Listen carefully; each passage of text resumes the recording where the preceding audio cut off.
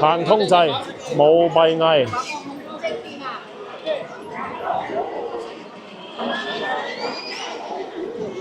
好啦，我哋正式咧就進入呢個行通濟主會場啦。嗱，呢隻咧就係通濟生菜王啊！哇，你見到好多人咧喺度調生菜啊！各位觀眾，大家早上好啊！應該講中午好啦。嗱，咁今日喺邊度咧？呢個地方有啲陌生啊！嗱，今日咧帶大家嚟佛山啊，呢個叫普均北路。好啦，咁可能會有觀眾問下，好地地點解由廣州走咗嚟佛山嘅咧？今日咧係一個大型節日嘅一個大型慶祝活動啦，叫做唔好叫節日啦，叫慶祝活動就一日啦，叫做行通濟啊。所以咧，我哋特登咧就走到嚟佛山呢邊咧湊下熱鬧嚇，咁啊帶大家咧行一行通濟啊。呢個係佛山呢邊過年嘅一個非常傳統嘅慶祝啦，係嘛？有啲類似我哋行花街咁。咁啊，俗話講啊，行通濟冇閉翳啊！咁咧，今年咧就首次帶大家過嚟咧感受一下。睇翻時間先，而家咧11:49， 15度。今日咧比前幾日都好，好在邊度咧？好在唔落雨啊！前兩日咧落雨啊，落到咧簡直咧行街行唔到嚇，所以咧我哋喺視頻裏邊咧就會見到。我哋一路行嘅時候咧，就會時不時咧又要去避下雨啊咁樣嘅。好啦，咁事不宜遲啦，我哋咧就邊行邊介紹啦。咁呢個行通濟活動咧，其實咧從呢一個線路上邊去睇啊。咁咧，其實佢係有好明確規定嘅，就係咧今年佛山咧就做咗好詳細嘅呢一個規劃嚇。咁咧就俾大家睇下先。嗱，呢個咧就係行通濟活動嘅一個規劃圖嚇。可能有少少唔係好清啊，我調整一下個鏡頭先。嗱，大家可以睇到啦，佢有好明確嘅一個叫做管制區啊。管制區咧就係佢係唔會俾你遊客去行入去嘅。咁而且咧，佢所有線路咧都係單向嘅。我哋見到呢條有條藍色嘅線路啊，嗱，入口咧一共有3個，一個出口，所以咧佢只能夠入口入啊，由出口出。咁如果你反轉嚟行咧，所以係唔得嘅。咁我哋嘅做法咧就係由呢一個普均北路入去啊。我哋而家就喺普均北路呢邊。行過去大概係1.8公里嘅路程，咁事不宜遲啦。行過去咧，其實可能按照我導航上邊嘅時間去睇咧，應該要大概26分鐘嚇。咁所以咧呢段路咧，我哋可能會簡單咁樣去做一個省略嚇。等我哋去到活動現場咧，要再同大家見面嘅。咁事不宜遲啦，我哋就出發啦。嗱，咁喺網上咧查咗啲資料嚇，就話咧行通濟咧，其實係屬於佛山人咧喺元宵安排嘅一項咧叫做非遺嘅民族活動啊，即係一個慶祝活動。咁佢開始嘅時間咧，其實係由正月14開始到正月16。咁咧今日咁啱咧就係最後一日啦。咁其實最旺嘅時候咧，應該係正月15嘅晚上，即係元宵節晚上啊，亦即係尋晚，應該係佢最旺嘅時候。咁會準備咩咧？準備2樣嘢。一般咧，佛山人會準備一個風車，同埋咧佢哋會準備一棵生菜，而且係帶根嘅生菜啊。咁意思咧就係話風車就係筍啦，呢個就唔使過多去解釋㗎啦。咁第二樣嘢咧就係生菜啊。咁生菜咧，佢係話中間有個生菜池，咁咧大家咧會將啲生菜投去生菜池裏邊嚇。咁逐呢個就係攞一個叫做意頭啦，就話生財咁意思嚇。咁但係咧，亦都有啲人就話唔好掉啊，攞翻屋企，咁咧就可以煲湯啊，或者攞嚟食嘅。咁啊呢兩樣嘢係佢哋嘅習俗之一啊。咁其實就各有各好啦嚇。有啲人就話買兩棵，一棵啊掉落個生菜池度，一棵攞翻屋企煮啊，寓意就係引財歸家和啊。咁啊呢啲民族嘅嘢就我哋去即係兩睇啦嚇。咁我覺得都可以嘅，冇問題啊。咁仲有一個咧，就係佢哋係有一個叫做九出13歸嘅説法，係點嚟嘅咧？就係話通濟橋咧上橋9級樓梯，跟住落橋咧佢係13級樓梯，咁就即係叫做好似借大翁咁啦嚇，九出13歸嚇，就係咁樣嘅寓意嚇。咁所以我覺得都幾有意思，咁所以咧就今年過嚟參加下嚇。跟住仲有一樣嘢，佢係要摸嗰個石獅子頭啊！咁但係咧個石獅子喺邊咧？我暫時未知嚇，所以咧一陣間去到嘅時候再睇下啊，有冇咩習俗。嗱，行到嚟呢邊咧就已經見到有行通濟義賣攤位啦。咁咧亦都會有啲小販咧喺度賣呢一個風車。咁我哋咧要做嘅事情就係順住個人流啊！人流方向咧就係正確嘅方向啦。順住人流行。咁今次咧，我咧就作為記錄者、觀察者，第一次體驗咧，我就未攞風車啊，亦都未買生菜嘅。但係咧就都參與進來啦嚇。因為第一次過嚟睇啊嘛。咁所以咧就先去觀察啊，咁咧聽講一共咧要行3年嘅喎，咁所以咧我哋下年咧就真正咧再參與其中啦，跟隨習俗啦，買個風車買個生菜咁咯，我自己係咁樣嘅打算啊，唔知呢個路係啱定唔啱啊，反正見到人咧係咁行，咁而且咧佢會有啲藍色嘅水馬攔住啊，咁所以咧我就跟住個水馬嚟行啦，睇下有冇行錯啊！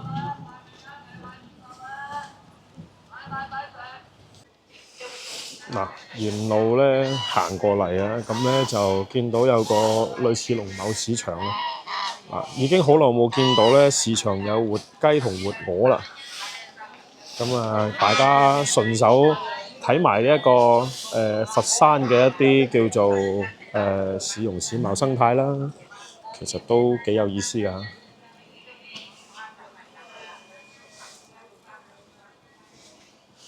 呢度係賣龍，呢度係食糧油啊，各種各樣嘅食品啊。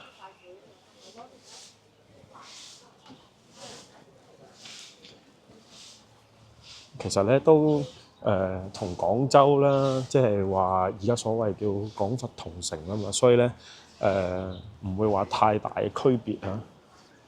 咁要重點講嘅係咩咧？就係今次咧，我係根據翻官方嘅指引咧，我哋係坐地鐵嚟嘅，我冇開車嚟，係因為咧佢有大量嘅一啲禁區啊，啱先我哋都見到。咁嗰啲禁區咧，其實佢係不允許呢一個機動車咧通行嘅，咁所以咧佢咁大範圍管制區之下，我諗咧，如果我開車嚟，可能咧比較鬧交啊，而且特別係人生路不熟啊，呢邊又唔係自己地頭，所以咧就跟翻官方嘅指引咧，就係從呢個地鐵嘅普均北站開始咧，就行路過去。應該咧係冇行錯路㗎，而且咧我哋可以睇到佛山咧近呢幾年咧喺城市嘅建設啊、基建啊、市容市貌方面咧都十分之抌本嘅，做得好靚咯。呢度應該算係佛山嘅核心區域啊範圍內啦。我哋見得到嘅就係佢嘅綠植嘅覆蓋率好高啦，同埋咧有好多好靚嘅新樓。咁啊，亦都有好煙火氣嘅一面。就係啱先我哋見到有個農貿市場啦，咁嗱，再俾大家睇下嗱，佢管制區域非常之大，所以咧唔開車啦嚇。而且咧，我計咗下由廣州咧開車過嚟嘅話咧，時間係大概50分鐘。咁我坐地鐵咧，咁都係1個小時啫。咁啊，其實就係多10分鐘左右咁嘅時間啦。咁啊，其實並唔係話差得太遠。咁所以咧，我今次就直接就坐呢一個地鐵過嚟，會更方便啲啦。又唔使揾地方停車，而且咧又可以更加靈活嚇。翻去嘅時候咧，因為佢哋話行通濟咧，就係要堅定往前行，千祈唔好回頭啊！咁我哋就順住佢嘅呢一個寓意咧，咁啊一往無前嘛，咁就更好啦。因為坐地鐵咧，我可以一往無前由一個地鐵站咧行去另一個地鐵站，咁翻轉頭嘅時候咧就唔使行翻回頭路啦嘛。呢邊就係所在嘅位置，而家係叫做普均南路。其實咧就我覺得嚇，從成個環境嚟睇咧，唔輸蝕過廣州，而且咧，我覺得佢喺道路嘅規劃方面會比廣州咧做得更好啊！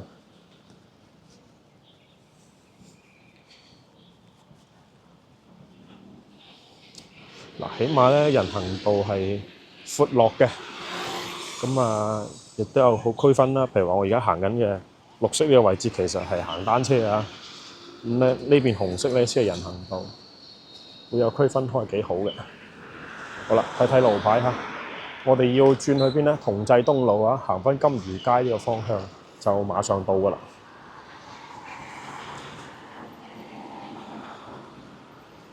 會見到有啲市民咧攞住啲風車啊。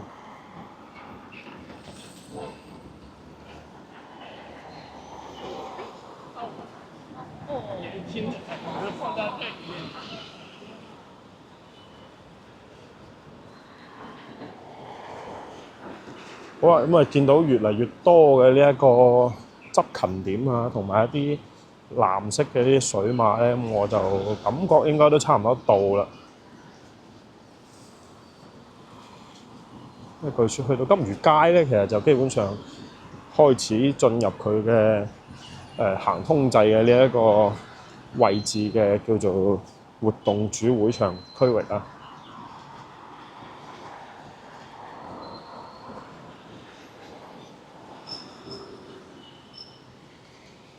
我見到對面馬路咧，沿路掛晒燈籠，好靚喎！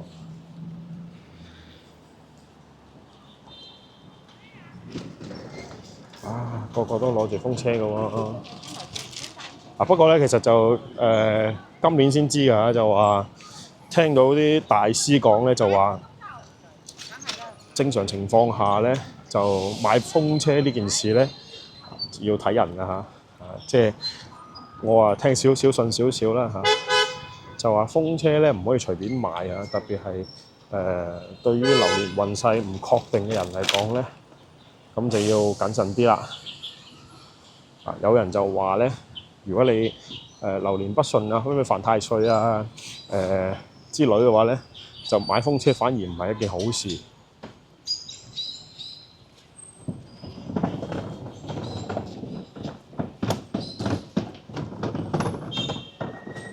不過咧，講真咧，即係唔係話迷信，只係話咧，呢啲嘢都係求個心安理得啫啊！自己點舒服點嚟啦。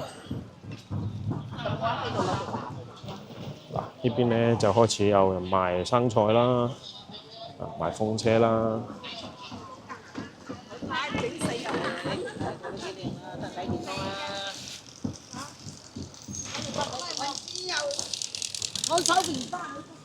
呢邊啲叔叔阿姨咧，特別係啲阿姨啊，見到咧個個咧，無論係踩電雞啊，定係踩單車咧，佢哋咧都會整個風車喺頭㗎，幾有意思啊！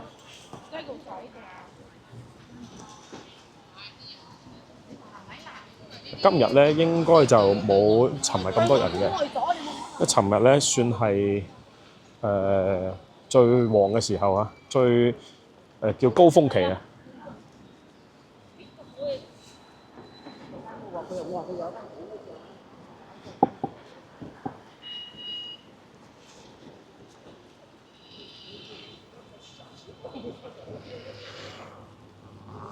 兩邊咧其實都有唔少嘅商鋪啦，即係飲飲食食咧就絕對唔使擔心啊！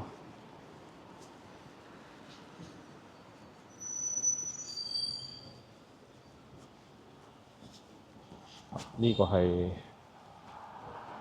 停車場啊，跟住關大院停車場，應該咧都係會開放嘅。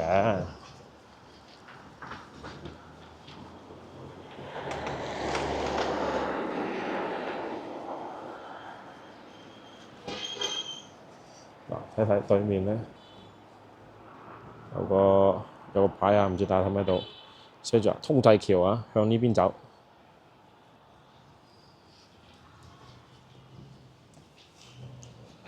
但係咧，我尋日睇咗個文章啊，唔知我啱唔啱嘅，就話咧其實呢一個通濟橋咧就同原先嗰個原址咧其實唔係同一個地方，原址咧好似係已經係拆除咗啦。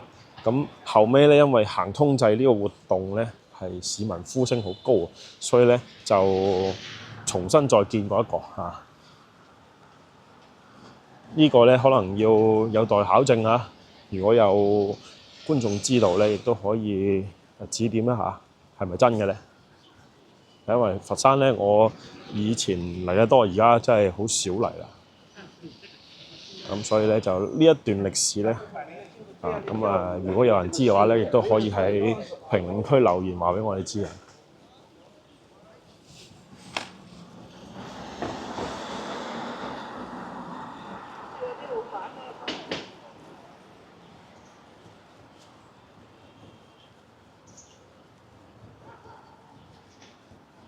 越接近前面會場區域咧，越感受得到氣氛啦嚇！有好多阿姨啊，攞住生菜，攞住風車啊，往呢邊翻去，往回走啊！應該係去地鐵站啊！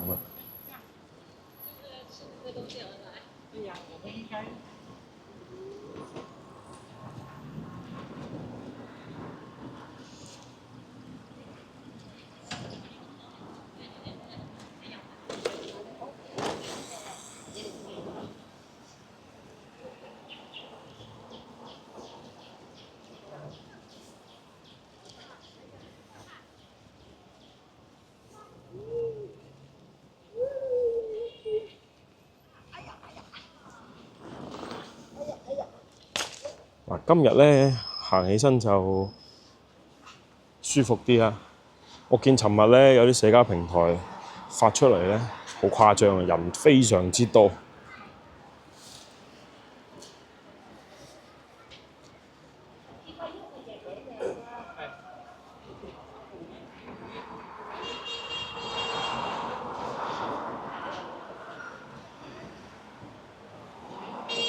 而且咧，佢行通濟咧，佢嘅講究就係咧，一定要由北往南行啊，唔可以回頭啊！啱先講咗啦，一次過行晒。呢邊西潮嗰間啊，買金菠蘿，買生菜，買風車。因為確實係有啲似我哋行花街啊，不過咧佢呢個就所慶祝嘅日子咧，同我哋有好大區別。廣州花街咧就年前行嘅，咁通濟咧就係元宵節行嘅。咁廣州咧元宵節講返咧，其實都有活動㗎，就係廣府廟會。咁啊，但係廣府嘅廟會咧就相對比較分散啊。我見到今年我睇咗一下成個安排表，咁啊城隍廟門口咧會有開幕式，然之後咧就分散喺各個唔同嘅地方咧都係表演嚇。咁再外加上今年咧又落雨嚇，天氣非常之糟糕，咁所以咧睇翻各個平台上面嘅反饋咧就話其實效果唔係幾好啊。咁啊，大家如果有一直留意翻我哋視頻都知道啦，前兩日咧落雨落到咧真係寸步難行啊！講句好真實嘅。呢邊都開始賣風車啊！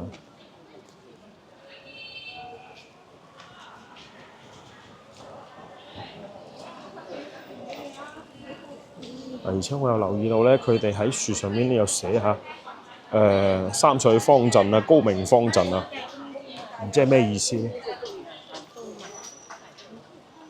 感受下氣氛啦，呢邊啊賣風車嘅。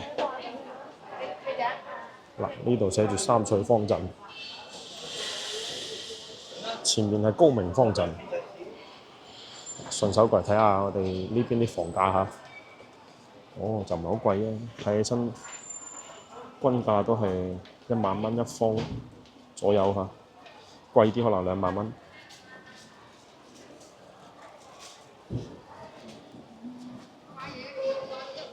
咁啊，佛山差唔多係咁上下啦。門口呢度都係喺度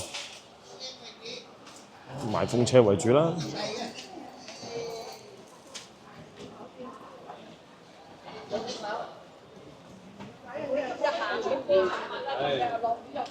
我哋嚟都9點幾，要行過去係嘛？等佢哋過啦。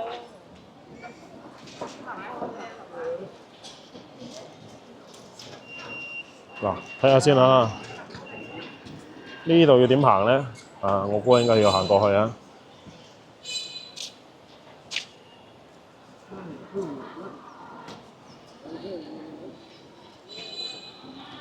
開始咧人聲鼎沸啦嚇，喺呢邊。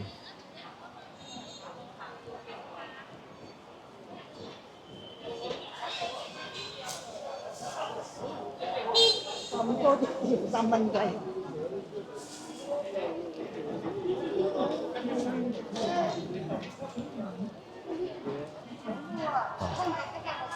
樹頭賣，各種賣，好多風車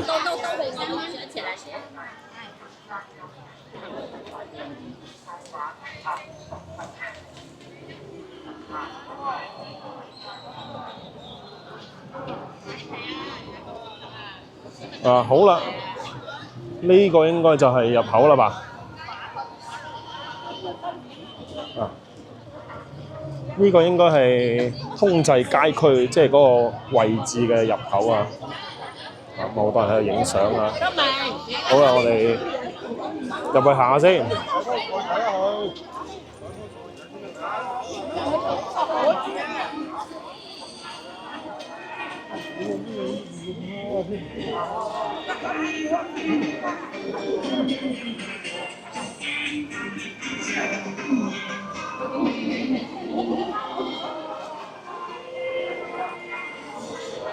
都好靚啊！上邊咧係風車嘅裝飾啊，有風一吹咧，咁就好精彩啦。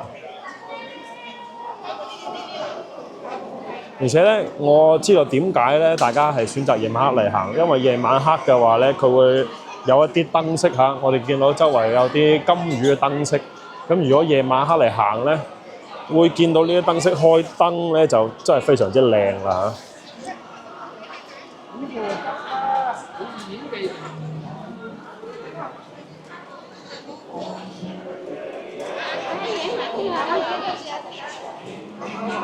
哇！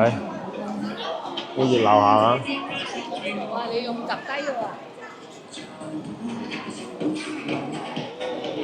其實人都唔少㗎嚇。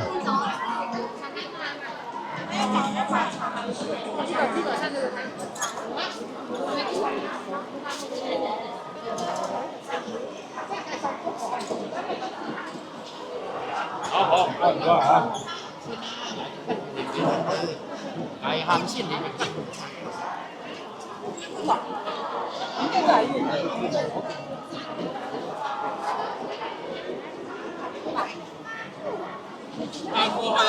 好啦，嗱呢個位置咧就係牌坊啊。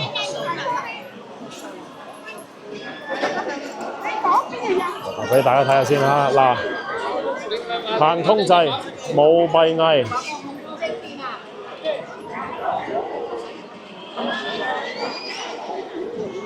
好啦，我哋正式咧就進入呢個行通濟主會場啦嚇。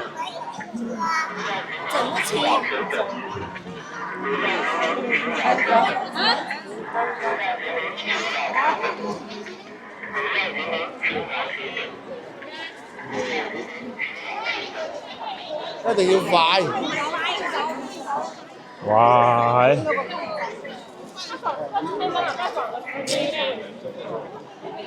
呢度通濟啊！有事。不好意思。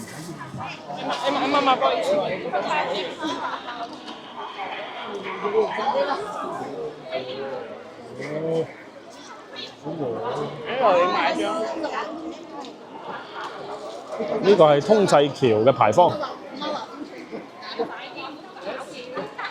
別，把菜整碎了。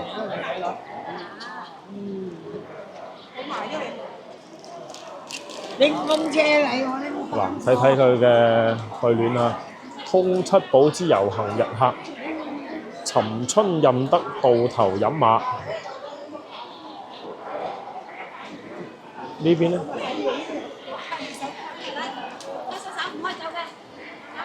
濟萬人之來往，曲橋跨水，驗清川尾隨虹喎。呢個咧？哦，好犀利！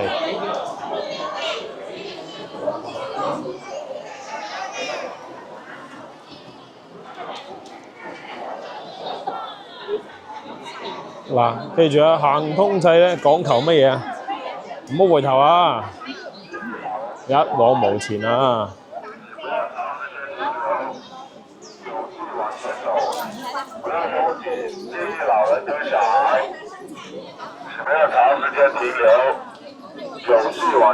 嗱，咁佢嘅九出13歸咧，寓意喺邊度？我暫時未揾到嚇。估計咧就係我而家腳下呢個9級樓梯上13級樓梯落啊！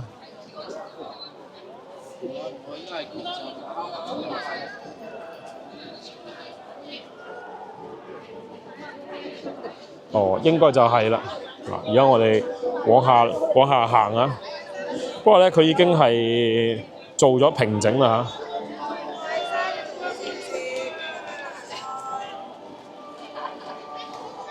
嚇。喂，嗱，我數咗下，真係啱啱好13級嘅9出13歸啊！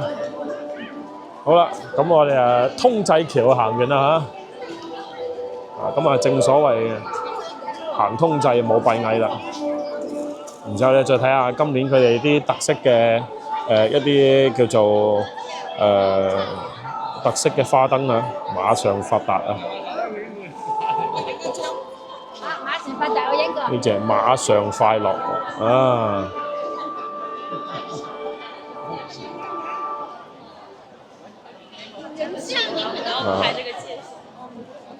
啲形象幾靚仔嚇。呢隻咧係愛心喎，啊，幾搞笑喎！旁邊仲有啲咩咧？睇下先。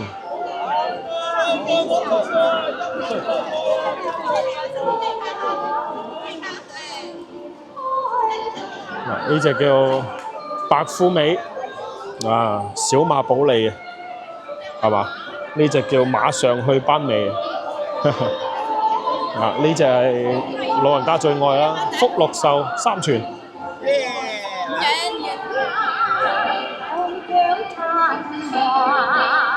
哈哈，幾得意啊！好啊，前面呢隻咧勁抽啦，前面咧呢隻叫生菜王喎。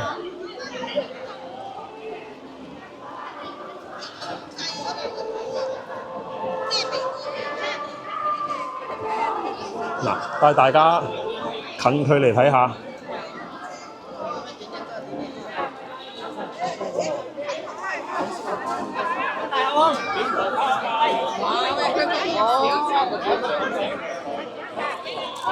嗱，呢只咧就係通濟生菜王啊！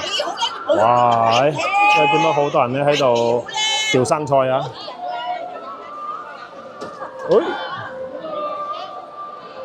嗱，咁生菜上面咧仲會有一個紅包嘅。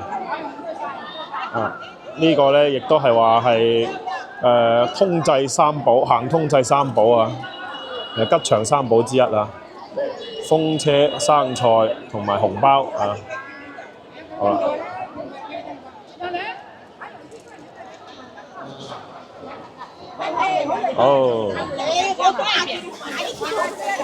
好啦，咁啊寓意和氣生財啊，而且咧聽講一定有根啊，咁啊叫做所謂嘅引財歸家啊。短短嘅一條通濟橋啊，我哋就已經行完啦。行通濟冇閉翳啊！希望大家來年咧都可以順風順水冇閉翳。呢邊咧係賣咩咧？呢邊係賣翻啲文創產品喎。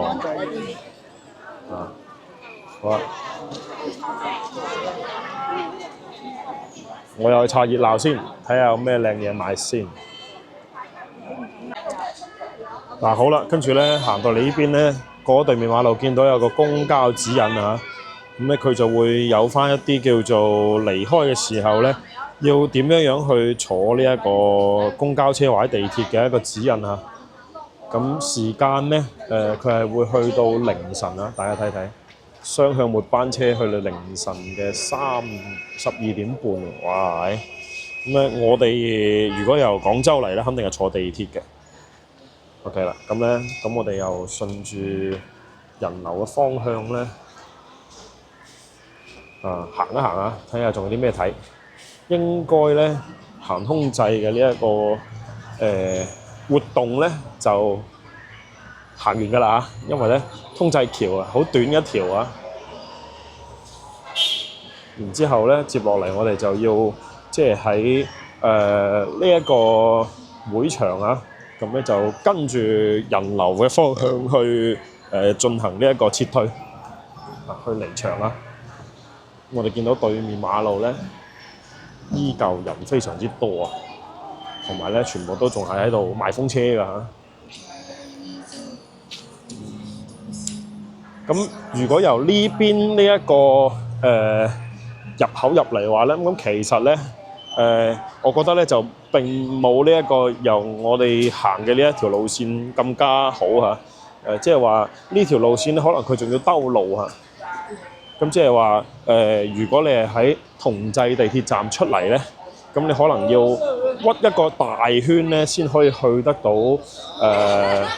通濟橋嘅。咁我哋行嘅一條路線咧，其實咧應該直線距離咧，可能係稍微遠啲啦，但係咧就起碼係唔需要兜路，係順路嘅。咁所以咧，如果下年我哋有觀眾咧想翻嚟咧，又去感受下呢個行通濟嘅呢一個氣氛咧，咁建議都可能係跟住翻官方俾嘅呢個路線啊，由呢個普均北路地鐵站嘅呢一個口進行呢一個步行，咁咧就行翻嚟呢邊通濟橋，跟住咧再順住呢個同濟路行翻落去，咁就離開呢一個會場，咁樣條路先順嘅。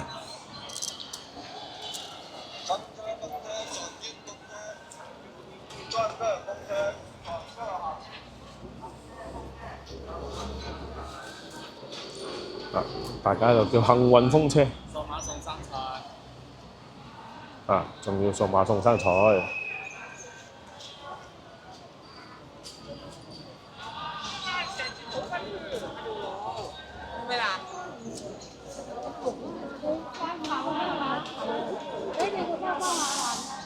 哇！人都真係非常之多啊！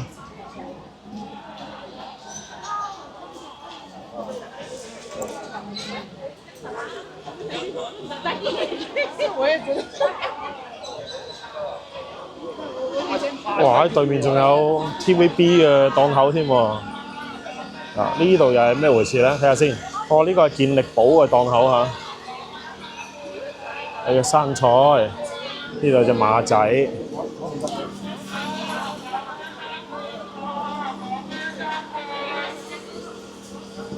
呢個係咩？哦，呢個係機械人。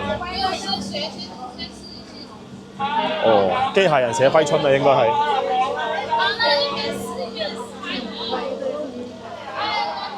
呢邊咧係咩啊？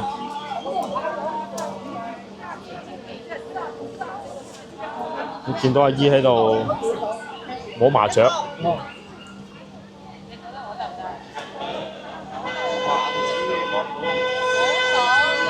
哦，嗱，原來呢個咧叫做盲摸麻雀啊，雀神挑戰喎，雀神附體。即係話咧，佢會喺呢度咧冚住啲麻雀，跟住咧仲淨係用手摸。哦，跟住摸到咧就對齊晒啲位置咧，就送你一罐健力寶啊！咁啊，我相信咧，對於中意打麻雀嘅觀眾嚟講，應該咧就冇咩難度㗎啦。啊，幾有意思啊！我哋再睇下其他位置有啲咩得意嘅嘢睇先。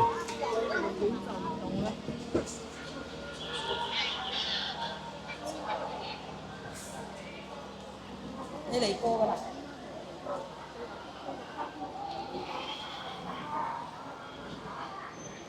哦，嗱呢邊咧，其實就係有啲類似於市集咁嚇，即係我哋叫做跳蚤市場咁意思啦。啊，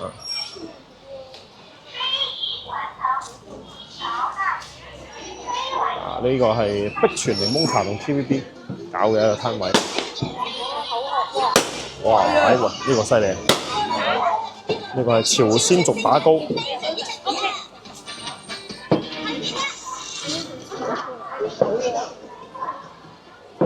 王老吉核桃乳3元，10元4支。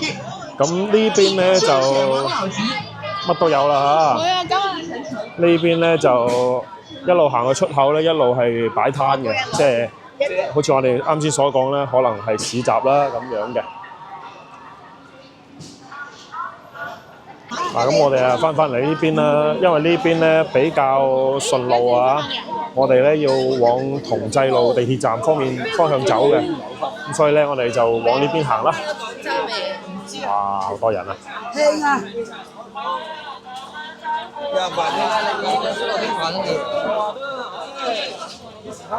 呢邊仲有NPC 啊，古裝靚女咧喺度影相。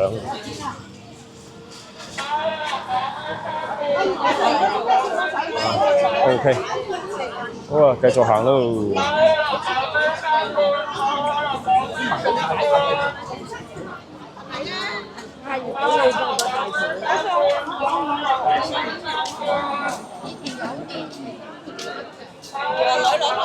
如果咧行呢邊嘅入口咧，就有好處咧，就多嘢睇嚇，多嘢賣。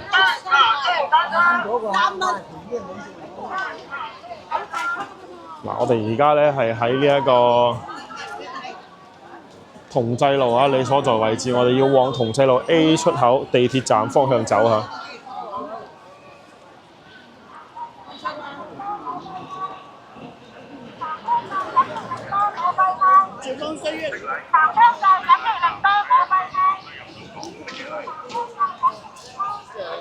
啊！哦，全部都係賣風車。收市價嘅咩？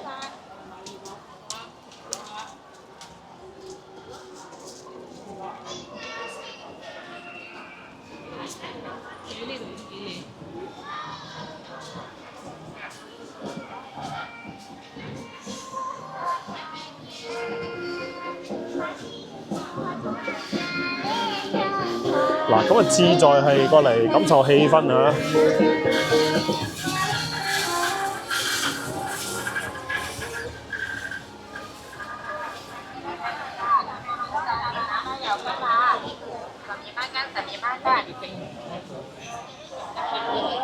同我哋行花街咧，真係好類似嘅，就係咧各種嘅工藝品啦，各種嘅食嘅、用嘅，都喺晒度啊！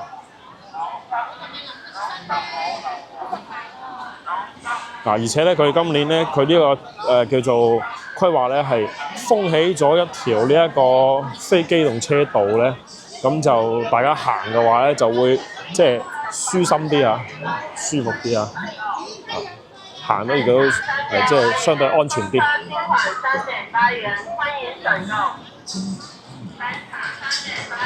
乜嘢都要做晒。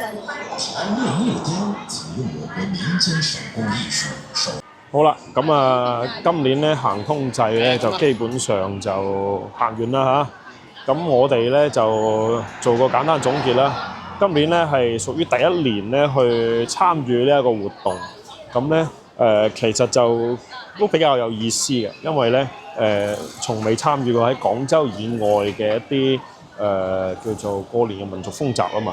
咁今年過年咧亦都冇喺廣州啊，就出咗去外地，亦都感受外地嘅一啲叫做過年嘅一啲氛圍同氣氛啦。咁去到呢一個叫做元宵節啦，又過咗嚟佛山呢邊啦。咁總體咧就其實感覺就係近呢2年嚟講咧，我覺得今年係年味最重嘅一年啦。咁咧大家都好重視呢一個過年嘅節日啦。無論係後生仔啊，定係老人家咧，都即係好投入啦。所以今年咧過年應該算係過得好開心嘅。咁係啦，咁希望咧亦都可以喺今年咧就帶大家去睇更多嘅唔一樣嘅東西啦，去感受更多唔一樣嘅一啲民風民俗啦。亦都祝願今年咧大家都可以越嚟越順啦。正所謂真係今年行完通濟冇閉翳啦。好啦，咁我哋今日咧視頻就暫時去到呢度先。咁咧就下期咧仲會有更精彩內容啦，所以大家千祈唔好錯過啦啊！記得咧要點一個訂閱，咁跟住我哋嘅頻道咧去睇更加多一啲唔同嘅地方嘅新面貌，感受更加多唔同嘅風土人情啦。我哋下期見啦，拜拜。